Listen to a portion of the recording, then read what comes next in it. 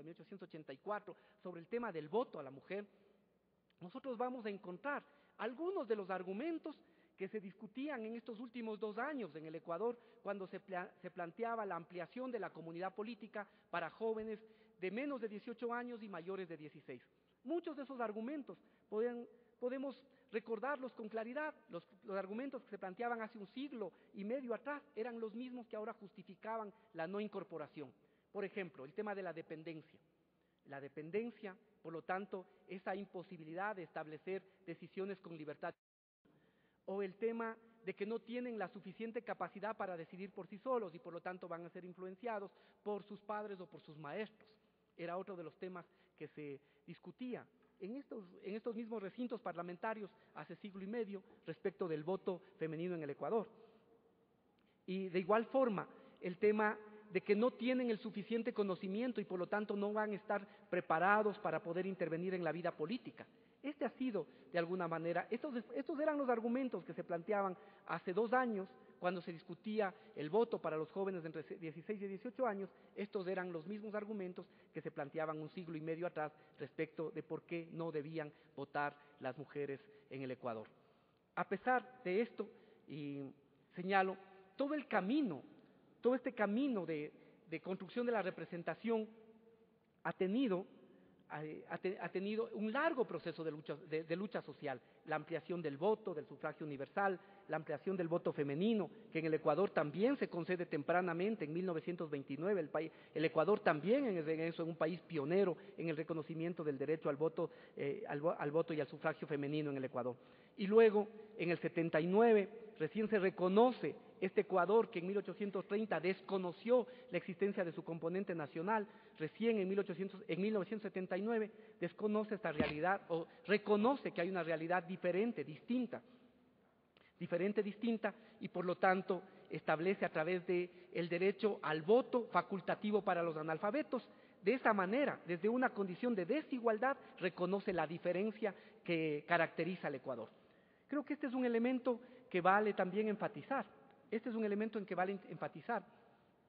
Que generalmente lo diferente ha sido tratado como desigual. El ser diferente ha sido sinónimo de desigualdad. El ser diferente hizo que durante 1 siglo las mujeres ecuatorianas no puedan votar después de constituida la República. El ser diferente hizo que se ignore el componente nacional por cerca de 150 años, y solo en la Constitución de 1998 se reconoce el carácter intercultural y solo en la Constitución del 2008 se reconoce el carácter plurinacional del Ecuador. La diferencia tratada como desigualdad. Este ha sido un elemento básico del proceso de representación en el Ecuador. Quisiera pasar.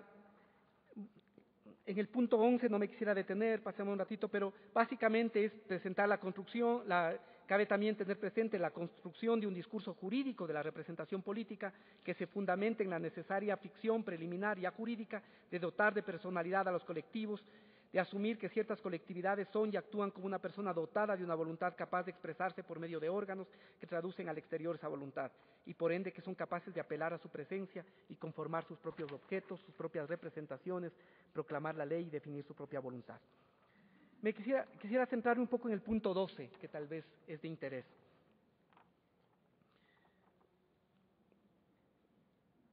En el pensamiento político contemporáneo, respecto de la construcción de la representación, un referente importante es el de Schumpeter, sobre la noción de representación como una metáfora de la expresión subjetiva de la relación de mando-obediencia, o la sensación de la gente de que los gobernantes los representan y del procedimiento jurídico de selección de los gobernantes y competencia electoral entre las élites.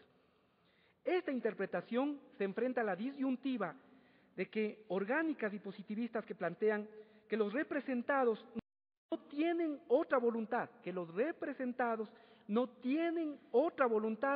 la de los órganos del Estado y los colectivos no actúan sino por intermedio de sus élites. Esto es importante, y aquí uno puede ver una diferencia fundamental que parece semántica, actual y de fondo, que diferencia la Constitución del 98 del 2008. ¿Qué decía la Constitución de 1998? Que básicamente, efectivamente, el pueblo es el soberano, pero que el poder se ejerce a través de los órganos que están, de los órganos del Estado. Esta era la concepción.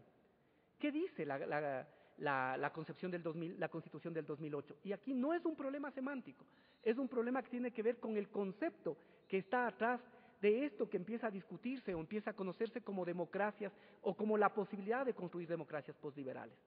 Que efectivamente este pueblo soberano se gobierna a través de las instancias del Estado legítimamente establecidas y constituidas de acuerdo a la ley, pero también, además, por los mecanismos de la democracia directa y de la democracia comunitaria. Estas no son diferencias, semánticas, sino tienen que ver o aluden a dos formas de comprensión de la democracia. Y quizá con esto me gustaría detenerme en el punto 13, si colocamos, por favor.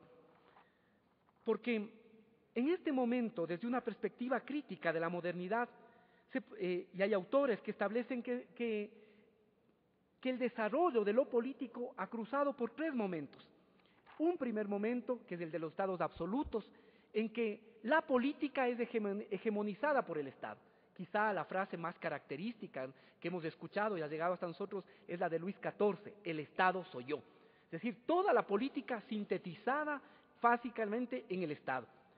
Pero luego, Arditi, por ejemplo, nos habla de que el mundo ha tenido 300 años más o menos, casi 300 años de construcción de una segunda esfera de la política. Y esa segunda esfera de la política es básicamente la que se ve reflejada en la representación, con las características que había señalado hace un momento. Los colectivos, los individuos, no actúan sino por intermedio de sus élites. Por lo tanto, esta persona que es elegida, este representante que es elegido, es básicamente quien tiene la posibilidad y la potestad de decidir por la sociedad. Creo que todos nosotros, muchas veces a lo largo de nuestra vida, hemos tenido críticas respecto a cómo actúa el poder político, de espaldas a la sociedad, por sobre los intereses de la sociedad. Esto tiene ya que ver no solo con una forma particular de la clase política ecuatoriana, sino básicamente con una concepción profunda de la democracia, que es asentar su capacidad de acción en las esferas de representación. Y básicamente lo que dicen, ¿no es cierto?, lo que está en discusión en este momento es que, y dice, que si en este momento estamos o no en un proceso en que estas democracias representativas no tienen posibilidad de seguirse desarrollando si al mismo tiempo no empiezan a colonizar, como dicen algunos autores, otros espacios, otros terrenos, y empiezan al mismo tiempo a incluir a distintos actores de la sociedad civil en el ámbito global de intercambios y de participación. Creo que este es un momento importante. Es decir, y la pregunta en este momento es, ¿podemos ir más allá de espacios de democracias representativas? ¿Podemos hablar de democracias o estamos inaugurando un nuevo ciclo en la política en que podamos trascender las democracias liberales? ¿Podemos pensar en democracias postliberales? Creo que este es el reto, o esta es la pregunta fundamental de este momento. Quizá esta pregunta también me vuelve a la reflexión con la que inicié. ¿Cómo van a ser los parlamentos en 10, en 15, en 20 años? ¿Cómo van a legitimar sus actuaciones en 10, 15, 20 años? Porque hasta ahora el mecanismo básico para poder legitimar las actuaciones de los representados han sido las elecciones. Pero las elecciones también en este momento son desvirtuados como los únicos mecanismos de agregación y de selección de las preferencias de los ciudadanos. Por lo tanto, el punto fundamental ¿es o no posible construir estos espacios de democracias postliberales, que no niegan los espacios de representación, que no invalidan los espacios de representación, que no se oponen a los espacios de representación, pero que los complementan? Y complementan con otras posibilidades de actuación y de participación. Creo que esta es la pregunta fundamental. Y todavía sobre esto hay un gran debate. Quienes siguen, lamento por ello, pero a veces a algunos les toca seguir los debates parlamentarios aquí. Todavía podemos, ¿no es cierto? Sí, aquí hay varios asesores, entonces están obligados, lamentablemente, no creo que sea muy grato, hacerlo, pero están obligados a seguir las sesiones del Pleno.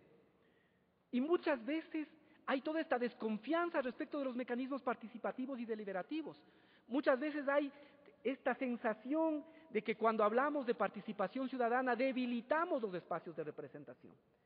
Por eso esta perspectiva de democracia postliberal que me permito plantear no invalida los espacios de representación. Obviamente, estos espacios tienen que ser repensados, porque lo que ahora es cada vez más claro es que la política, a despecho de muchos, creo que incluso nos puede generar nostalgia eso, pero ya la política, como conocíamos, la política tradicional, se fue y se fue para no volver. Nunca más es posible esa política, porque esa política han cambiado las condiciones.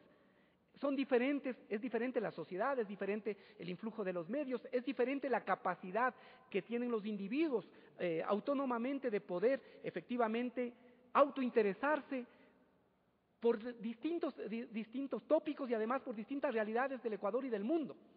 Por lo tanto, esa política no va a volver. Y entonces la pregunta es, ¿somos capaces de complementar los espacios representativos con espacios de participación ciudadana? Esta es la pregunta central. Estas migraciones de la política han diseminado la política creando un escenario polifónico en el cual múltiples voces hablan el lenguaje de la política desde distintos lugares de enunciación. Yo sí siento que a veces los legisladores tenemos esa nostalgia de que el Parlamento ya no es la única instancia en donde efectivamente se discute sobre la política. A veces siento que los asuntos trascendentes de la política están por fuera del Parlamento y se discuten por fuera del Parlamento. A veces tengo la sensación de que los límites del Parlamento son estrechos para la discusión política.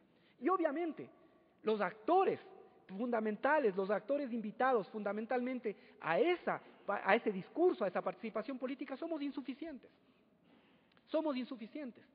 Yo puedo decir, y creo que aquí todos quienes hemos vivido estos últimos 2 procesos constituyentes en el Ecuador, creo que tenemos que reconocer que todo lo que tiene que ver con el tema de reconocimiento de identidades no surgió precisamente, me quedan 10 minutos, pero si era 1 hora. Ya. Avísenme que me estaban cortando el tiempo. Ya, está bien. Pero decía que quienes hemos participado en los 2 últimos procesos constituyentes, como actores sociales o en la posibilidad del desenvolvimiento en la constituyente, tenemos que reconocer que las principales reformas sobre el reconocimiento de los derechos sexuales y reproductivos no se hicieron en la Asamblea, finalmente se adoptaron en la Asamblea. Y tengo que decir, creo que es justo decir, se hicieron incluso contra la Asamblea. Fueron planteados por las organizaciones de mujeres, por los colectivos de las organizaciones de mujeres. Los planteamientos y el reconocimiento de plurinacionalidad en el Ecuador no fueron un reconocimiento solo de la Asamblea Constituyente. Ahí hay un proceso constituyente desarrollado por décadas de luchas que básicamente permitió que el Ecuador establezca esto. O los planteamientos de los grupos de los grupos LGBT, obviamente han permitido, incluso en contra de los espacios de representación, su reconocimiento en los marcos constitucionales y legales. De igual forma, la posibilidad de que ahora en la Constitución ecuatoriana existan circunscripciones territoriales indígenas afroecuatorianas y montubias, esa no fue una concesión de los constituyentes, eso es el reflejo de un proceso de lucha. Por lo tanto, el escenario de la política y de la representación ahora es polifónico, es distinto, es diferente.